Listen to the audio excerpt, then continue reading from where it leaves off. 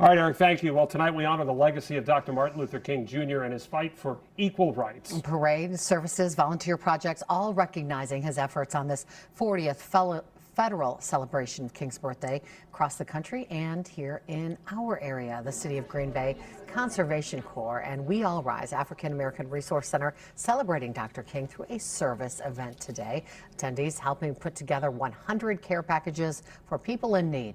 Organizers also offering discussions spanning across multiple topics like environmental justice, healthcare, and housing, looking to build community in those issues. Leaders say that community will help keep Dr. King's legacy alive.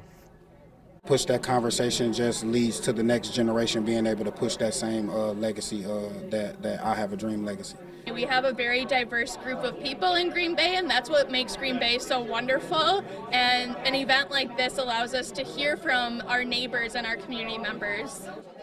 This is the third year local leaders held this particular event.